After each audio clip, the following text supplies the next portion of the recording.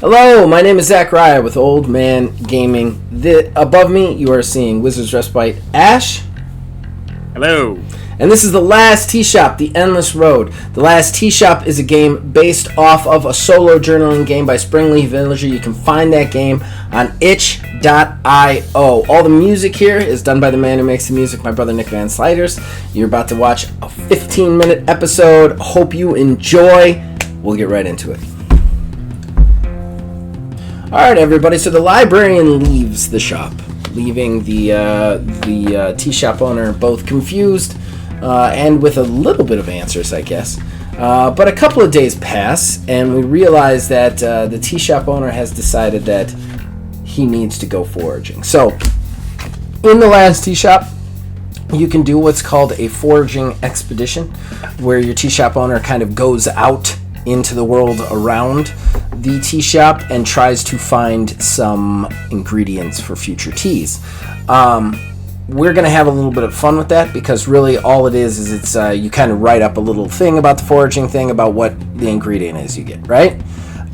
So with this, what we're going to do is we're going to have a little fun with it and do a little back and forth improv sort of thing. So I've had Wizard roll up the weather and the mood anyway, even though we're not meeting somebody, to help me kind of decide what it is. I'm also going to ask Wiz what he's going to be taking with him to help him find the ingredients. A knife, a piece of rope, whatever.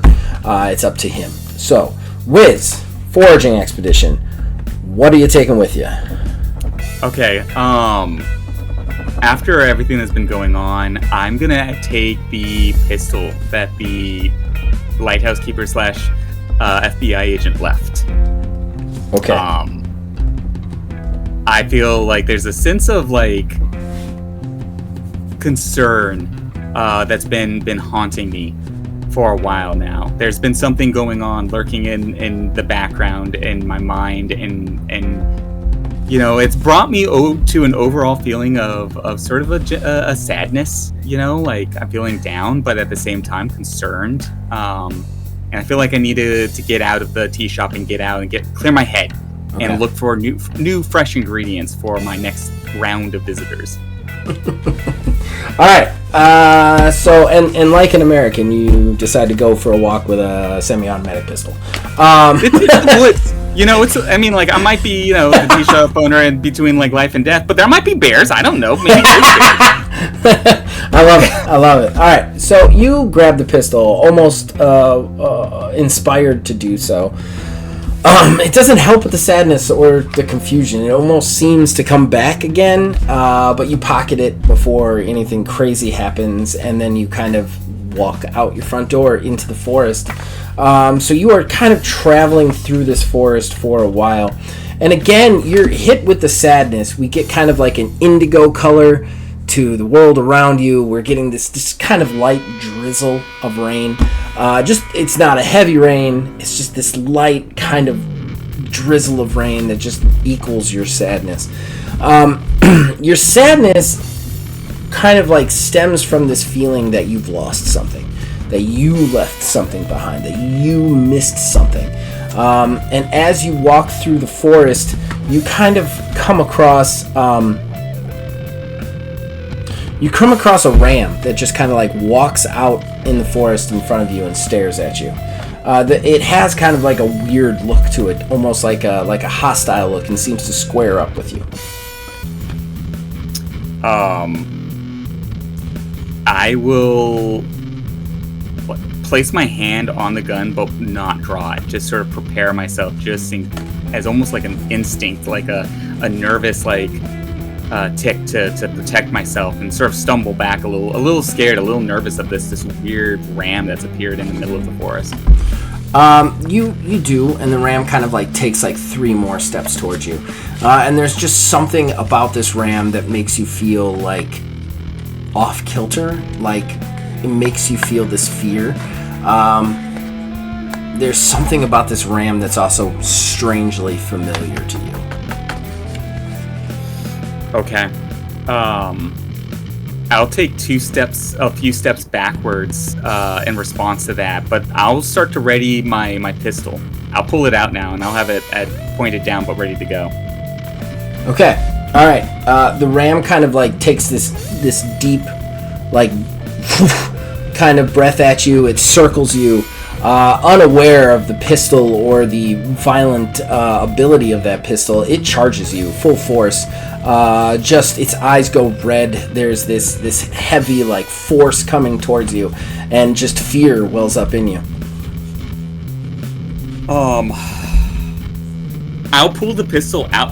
The pistol's out. I raise and level the pistol to the ram. Okay. I aim it, and at the last minute, I fire into the air. Fire into the air. Okay. All right. All right. You fire into the air. The ram doesn't stop, but you're unable to pull the gun back down. The ram leaps forward to you, and you almost feel this unending pressure on your chest as it slams into you. But now you fall backwards into an alleyway. You're not in the forest anymore. You're in just a dark alleyway up against this like trash bin that you've fallen against. The gun is no longer in your hand, but you feel like the gun is somehow all around you at this point. And you just look forward, and you see just this body on the ground, just laying in the alleyway, with a woman kind of crying over it. The woman looks incredibly familiar to you. It is the Prophet from 2 episodes ago, without a doubt. What do you do? I stumble towards her and hold out, asking her what is happening. She doesn't seem to hear you. You feel like you're there, but also somehow not there, like you are connected again. And then you realize why you're there, why you feel there. This is more of a memory than it is a vision. You see, as you get closer to the person on the ground, you see just a shirt that just says the Rams on it, like the St. Louis Rams, like hoodie, and it is just smeared with blood, just down it. And as you get closer to it, you kind of see a hand kind of reach up. It feels like it's your hand, and then sure enough, you awake from the dream, and you are just in the forest again. All right, I'll stumble to my feet. I look around. Is the ram anywhere nearby? The ram seems to be plodding off with what seems to be a female ram. Well, I don't know what. I know there are female rams if it's a mountain ram, but like I don't know if it would be a sheep or a ram, but like a female ram, kind of like plodding off.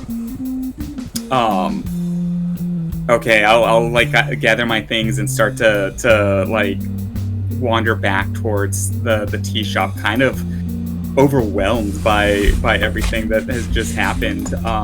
You're about to wander back when you realize the gun isn't in your hand or your pocket anymore, and you kind of turn back around, I'm gonna guess. Yeah. So for the foraging, how do we roll for the, not to break the wonderful role playing, how do we do the rolling? Because you can you get rare ingredients from that? I don't think so. I think it has to be like common, yeah. And so let me just look at the check the foraging exercise one more time. Yeah, I'll roll for it. Okay. It's like the two rolls with the d6. Mm-hmm. I just need to make sure that you can't get like rare ones, you know.